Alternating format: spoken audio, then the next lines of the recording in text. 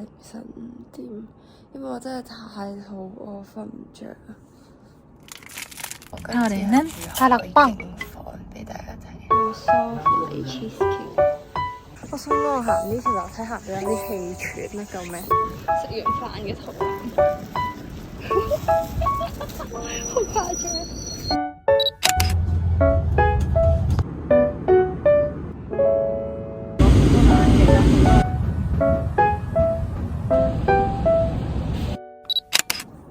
早晨，大家好。而家係喺富山嘅第一日我就冇拍 vlog，因為有少少唔太舒服，所以就即係好快咁食完飯就翻嚟瞓覺。但係呢，而家係 day 2嘅清晨5點，但我真係太肚餓，我都瞓唔着，所以就而家換衫落去七仔買啲嘢食翻嚟繼續瞓啦。呢個我一定要飲呢個奶，但我尋日飲咗，所以今日買呢個。佢嘅 bagel 真係超好食，鬆軟，然後甜甜地，有啲果仁喺入邊嘅。唔會話好乾真真。哎呀！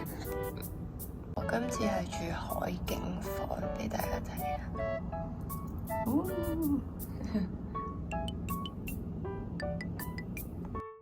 分享一下嘅 OOTD， 首先係一件杏色嘅針織 T 恤，然後一條啡色裙。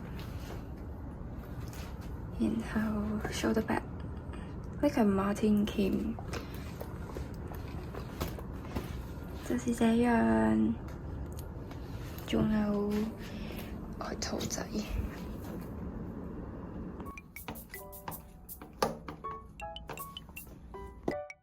今日嚟行街先 ，Olivia。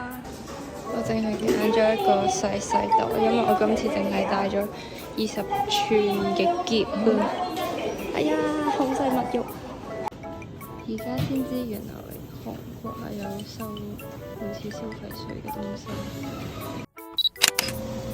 有兩條超大條。佢呢個係湯嚟嘅，有少少胡椒粉。呢個係 solo trip 比較煩心嘅事情，都係我食唔晒咯，所以我攞咗個膠袋，就咁樣拎翻嚟就。翻到嚟酒店，我決定係沖個涼再繼續瞓一陣先出去玩，好過分啊！我覺得自己。而家係晏晝1點半，我好似終於瞓得飽啦，準備出去玩。換咗件白色嘅荷葉邊，唔係公主袖嘅 T 恤，而家出去玩。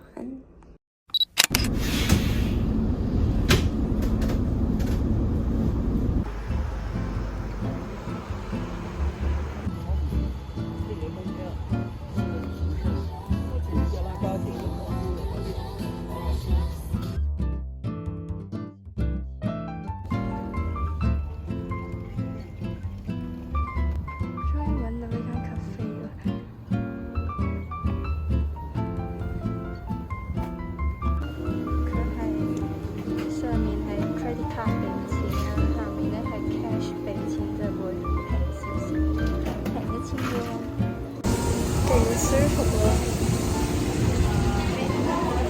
哇！我有包一個嘢飲。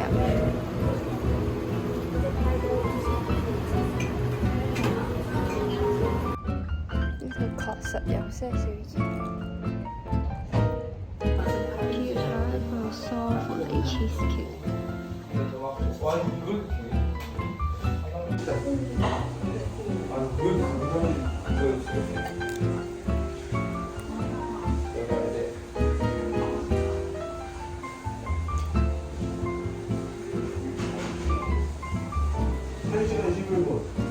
入邊嗰個神。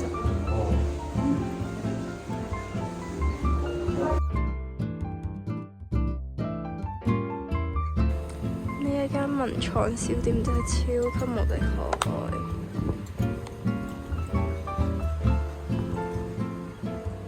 然後買咗一張明信片，有隻貓咪喺呢個鋪頭度偷望。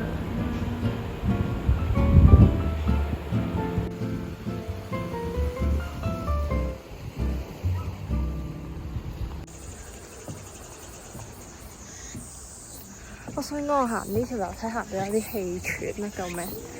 哦，黑貓咪，hello 下，玩緊呢個，超靚喎個海！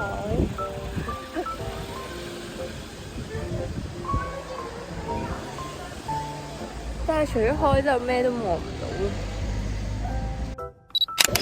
我發現咧搭車其實係要用嗰啲類似 IC 卡咁樣嘅嘢先會平啦。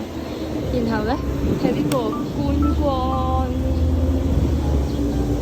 案內所，我就攞咗一張免費嘅卡咯。因為我見 Klook 買係需要錢嘅咯。執到寶！然後點咁行嚟咗呢度？好似有好多行街嘅地方呢，哈哈哈哈！行低數，超級可愛。我發現我對於家品真係好難抗拒。而家係揾嘢食，想試下呢個鮑魚雞湯。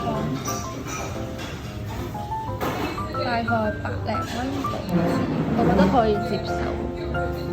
勁好笑咯！原來呢個係一個 set 嚟㗎啦。之後咧，呢個係酒咯，佢話 alcohol 咯。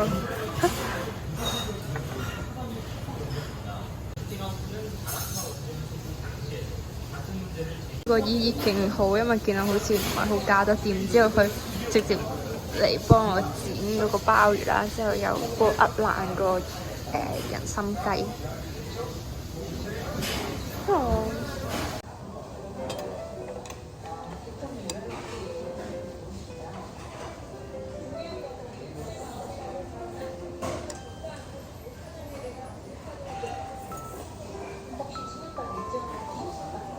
我覺得我要食5個鐘先食得完啦，而家仲繼續努力食緊，超肥美。